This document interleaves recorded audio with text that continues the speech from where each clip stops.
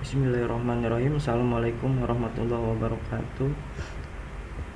Saya Sandi Prastio dengan NIM 311910201 kelas TI 19C1. Pada kesempatan kali ini saya akan membahas materi mata kuliah jaringan komputer.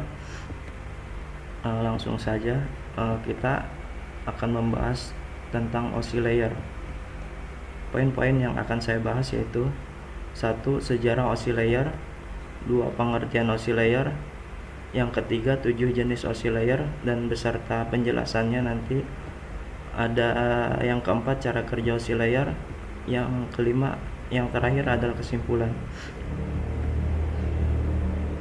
Langsung saja kita ke pembahasan yang pertama mengenai sejarah singkat OSI layer. Jauh sebelum kita mengenal komputer, khususnya di Indonesia pada era tahun 70-an, para staf ahli di berbagai perusahaan software seperti Digital dan IBM, serta perusahaan besar lainnya telah mengembangkan sebuah arsitektural jaringan yang berupa model. Lantas, hal tersebut tidak berjalan dengan baik karena perbedaan protokol dan format data yang dibuat masing-masing perusahaan atau pengembang. Sehingga pada era tahun 80-an, ISO atau International Organization for Standardization menyelesaikan masalah tersebut dengan menciptakan model arsitektural jaringan yang bernama OSI. Yang kedua, pengertian OSI layer. Open System Interconnection atau OSI adalah model referensi yang diciptakan sebuah kerangka yang bersifat konseptual, namun saat ini telah berkembang dan menjadi sebuah standarisasi khusus berkaitan dengan koneksi komputer. Tujuan dari pembuatan OSI layer adalah menjadi model rujukan bagi setiap vendor atau developer, sehingga produk atau perangkat lunak yang dibuat memiliki sifat interpolate, yang berarti user dapat melakukan kerja sama dengan produk atau sistem tanpa perlu melakukan penanganan secara khusus atau spesial. Yang ketiga, jenis-jenis OSI layer. Di sini terdapat 7 model OSI layer ya. Yang pertama ada application layer, yang kedua presentation layer, yang ketiga session layer, yang keempat transport layer, yang kelima network layer, yang keenam data link layer, dan yang terakhir yang ketujuh adalah physical layer. Lapisan yang ketujuh yaitu application layer. Application layer merupakan lapisan yang pertama pada saat sebuah data mulai ditransfer dan merupakan lapisan terakhir yang dilewati begitu komputer klien menerima data tersebut. Fungsi dari application layer sebagai pelepas data dalam sebuah jaringan dan juga penampil data dalam sebuah jaringan memiliki beberapa fungsi seperti 1. Menyajikan interface atau aplikasi dengan jaringan. 2. Mengatur bagaimana sebuah aplikasi mampu untuk mengakses jaringan. 3. Membuat pesan-pesan berupa kesalahan pada jaringan. Yang keempat, menampilkan display dari sebuah jaringan. Protokol pada layer application. Ada beberapa protokol yang ditempatkan pada lapisan application layer ini, yaitu 1. HTTP, 2. SMTP, yang ketiga NVS.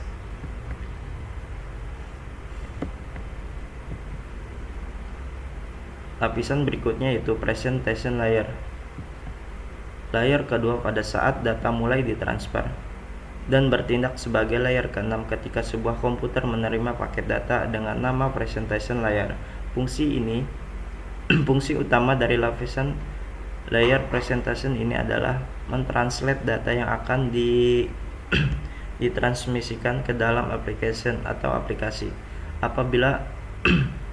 Apabila merupakan proses awal, lapisan ini berfungsi untuk menerjemahkan aplikasi menjadi sebuah data yang akan ditransmisikan.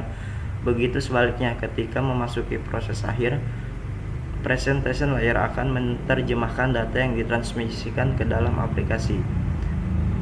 Protokol pada layer presentation. Berikut ini adalah beberapa protokol pada lapisan layer presentation. Yang pertama, redirect talk software. Yang kedua, virtual network computing. Yang ketiga, remote desktop protocol. Yang berikutnya adalah lapisan session layer.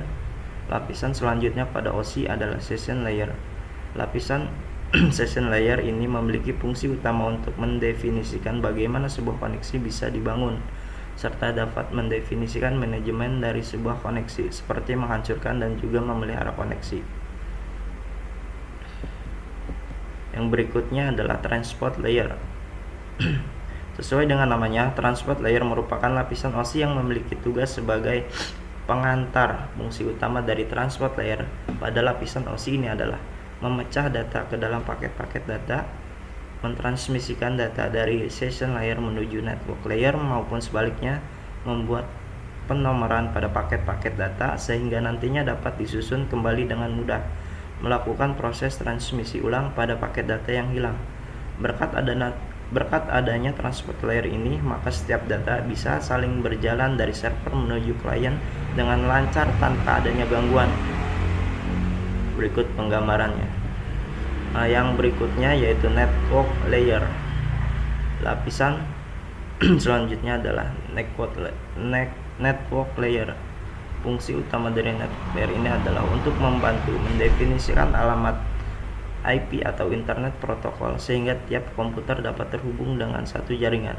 Selain itu, fungsi lain dari network layer adalah membuat header pada paket data, melakukan proses routing, fungsi dari beberapa hardware jaringan seperti router dan juga fungsi hub berjalan pada layer ini dengan cara melakukan pemecahan paket data dan juga melakukan proses routing. Yang berikutnya, data link layer. Lapisan berikut pada OSI layer adalah data link layer, merupakan salah satu layer yang penting karena memiliki fungsi sebagai berikut: pengkoreksi kesalahan, yang kedua menentukan bagaimana setiap bit dari data kelompok ke dalam frame, pengelapan perangkat keras, atau yang terakhir menentukan bagaimana sebuah perangkat keras dapat beroperasi.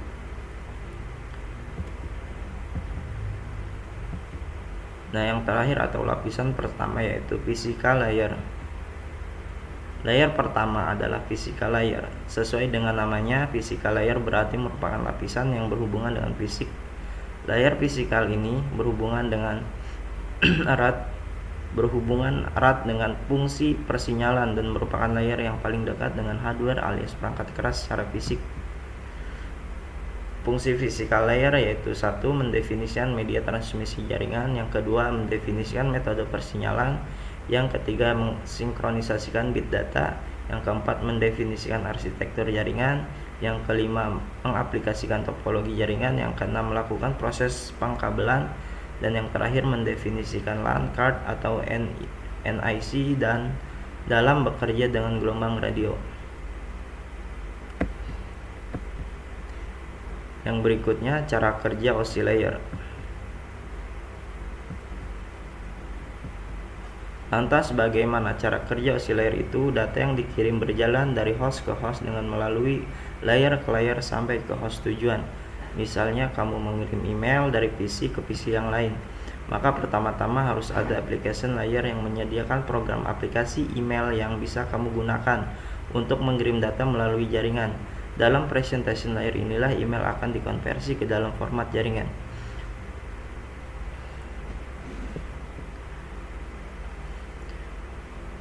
Data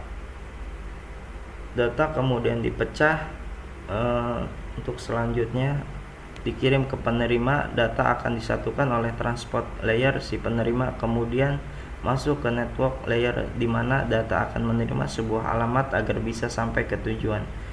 Pada data link layer, data akan dibentuk menjadi sebuah frame.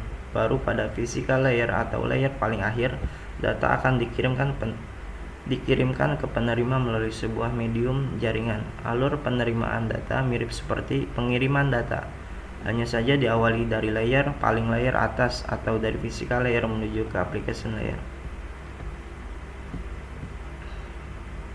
Dan yang terakhir, kesimpulan. OSI layer adalah model referensi yang dikembangkan untuk menciptakan sebuah kerangka yang bersifat konseptual.